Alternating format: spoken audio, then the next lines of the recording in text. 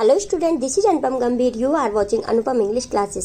Student, आज के इस वीडियो लेक्चर में क्लास 12 इंग्लिश फ्लेमिंगो बुक से चैप्टर 4 द रेड ट्रैप, इसके हम लोग क्वेश्चन आंसर्स को कवर करेंगे। स्टूडेंट, इससे पहले वाले वीडियो लेक्चर में हम जो चैप्टर के बिटवीन में शॉर्ट क्वेश्चन आंसर्स हैं उसको कवर कर चुके हैं। सो चलिए स्टार्ट करते हैं।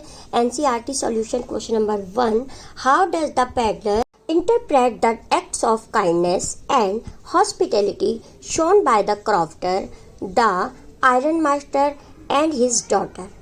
स्टूडेंट, इसमें कि पैडलर किसे कहते हैं? एक फेरी वाला, हॉकर कह सकते हैं, जो चूहेदानियाँ बेचता है।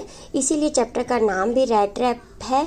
तो ये जो रेड ट्रैप सेलर है, इसके लिए पैडलर आया है।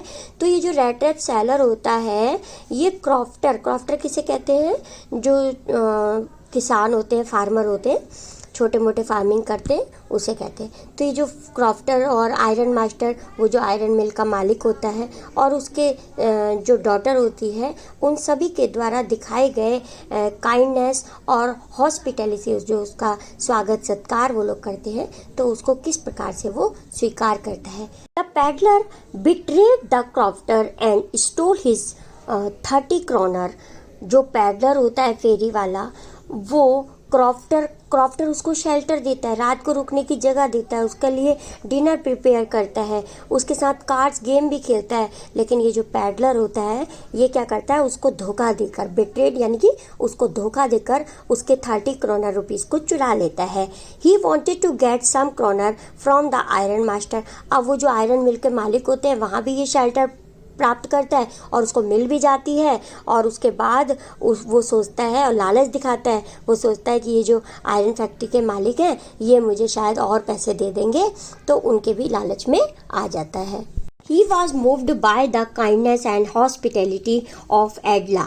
लेकिन जो उनकी बेटी होती है आयरन मास्टर की, उसकी दयालुता से और उससे बहुत ज़्यादा वो जो पैडलर होता है, बहुत ज़्यादा उनसे प्रभावित हो जाता है, क्योंकि उनकी बेटी उसके साथ बहुत दया दिखाती है, उसके लिए खाना भी तैयार करती है और उसका अपने साथ रुक कर क्रिसमस सेलिब्रेट की परमिशन भी देती है।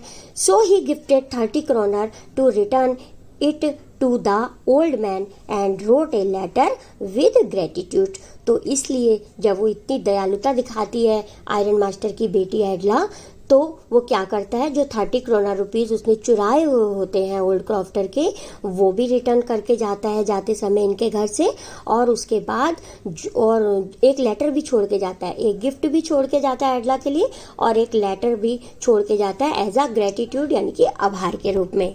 Number 2, what are the instances in the story that show that the character of the iron master is different from that of his daughter in many ways। किस प्रकार से, ऐसे कौन से क्षण हैं, इंस्टेंसेस, ऐसे कौन से क्षण होते हैं चैप्टर में, जिससे आयरन मास्टर और उनकी जो बेटी है, उनका करेक्टर बिल्कुल अलग अलग दिखाई देता है। तो there are many instances in the story that show that the iron master is different from that of his daughter. तो वो ये निम्नलिखित क्षण है जिससे पता चलता है कि ये जो आयरन मास्टर है और उनकी बेटी आपस में बिल्कुल विपरीत हैं। First is the iron master lacked to identify the peddler while his daughter guessed that he might be a thief. Iron master होते हैं, वो उसको अपना पुराना मित्र समझते हैं, मतलब उसकी आइडेंटिटी वो नहीं पहचान पाते पैडलर को, जबकि जो उनकी बेटी होती है वो उनको देख के गैस कर जाती है कि शायद ये कोई थीफ है, कोई चोर है। Second, his daughter had better powers of persuasion than the iron master. Iron master की बेटी के पास किसी को मना लेने की अधिक पावर होती है आयरन मास्टर के अपेक्षा। Next, third is he was rough and arrogant while his daughter was sympathetic and compassionate।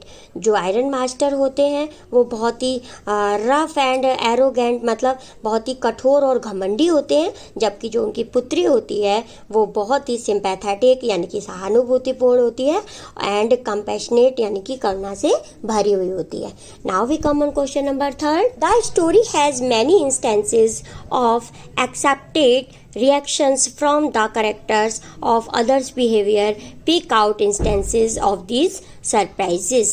इस स्टोरी में बहुत से ऐसे क्षण हैं जो कि दूसरे व्यक्ति का बिहेव पता लगने के बावजूद भी अप्रत्याशित हैं। तो दीज इंस्टेंसेस आर, ये कौन कौन से क्षण हैं देखते हैं।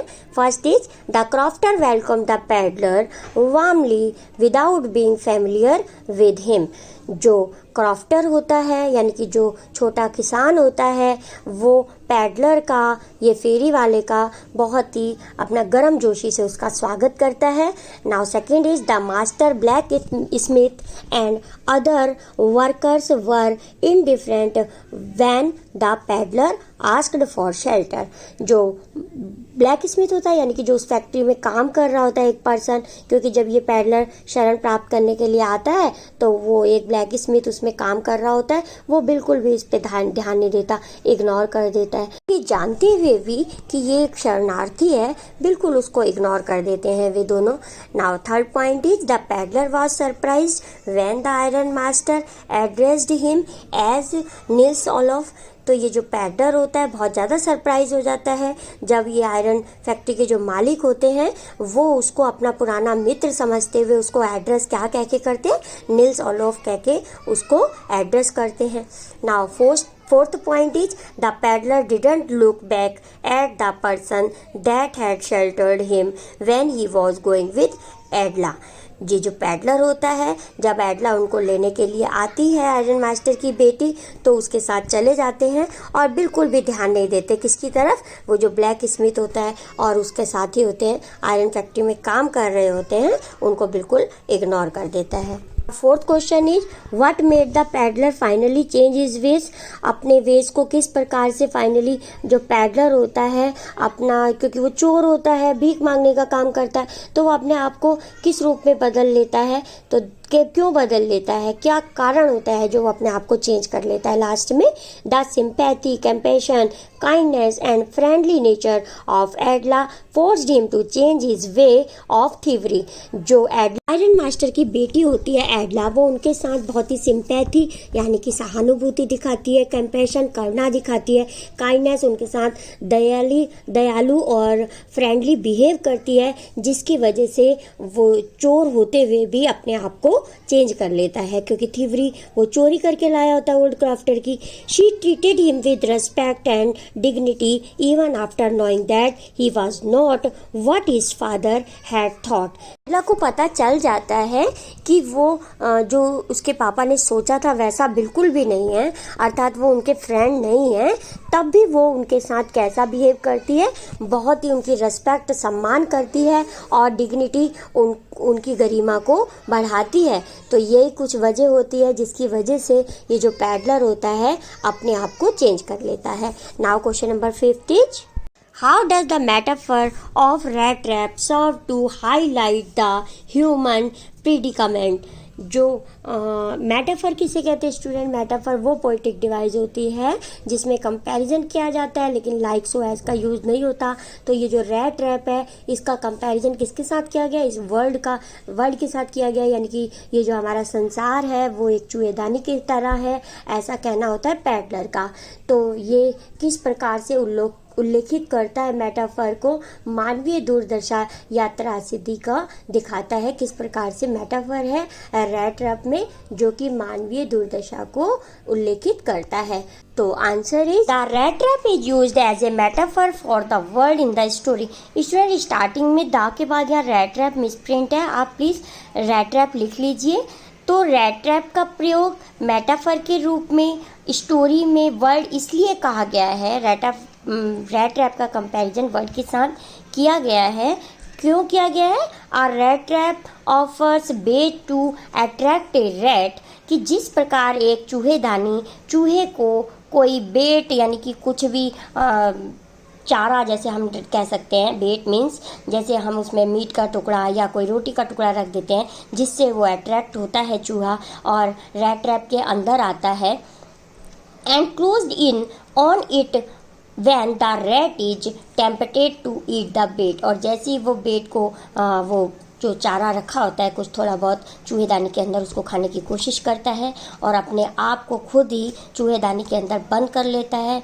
इन द सेम वे, उसी प्रकार the world offers luxuries food clothes and shelter as baits, तो उसी प्रकार ये जो दुनिया है वो भी विलासिता की चीज़ें फूड और क्लोथ और शेल्टर एज ए बेड के रूप में हमें दिखाते हैं या देते हैं।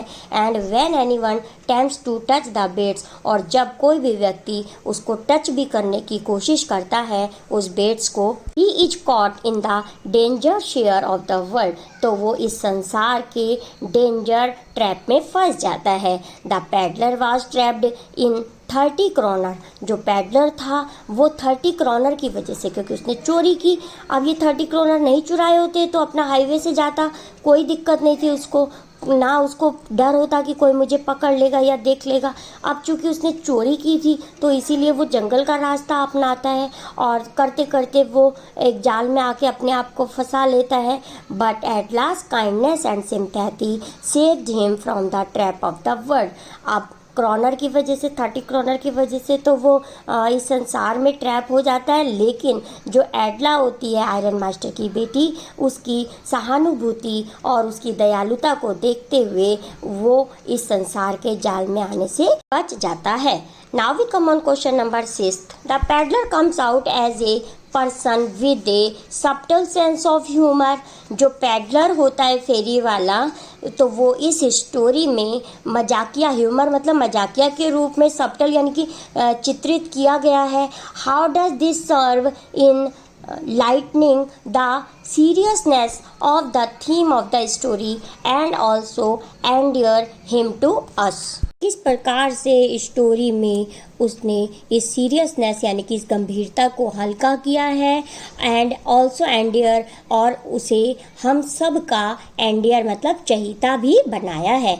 Answer is there are very instances in the story where the peddler displayed his sense of humour. बहुत सी ऐसी जगह आई हैं स्टोरी में जहाँ पे पैडलर ने क्या किया है, मजाकिया रूप से अपने आप को, अपना सेंस प्रस्तुत किया है। First he calls this world a big red trap, सबसे पहले तो उसने संसार को एक बहुत बड़ी चूहेदानी कहा है। And all the human being are rats, और सभी व्यक्तियों को क्या कहा है, चूहे का है। He further describe that this world offers many things to लग्जर humans and they are caught in the trap of world when they try to get them.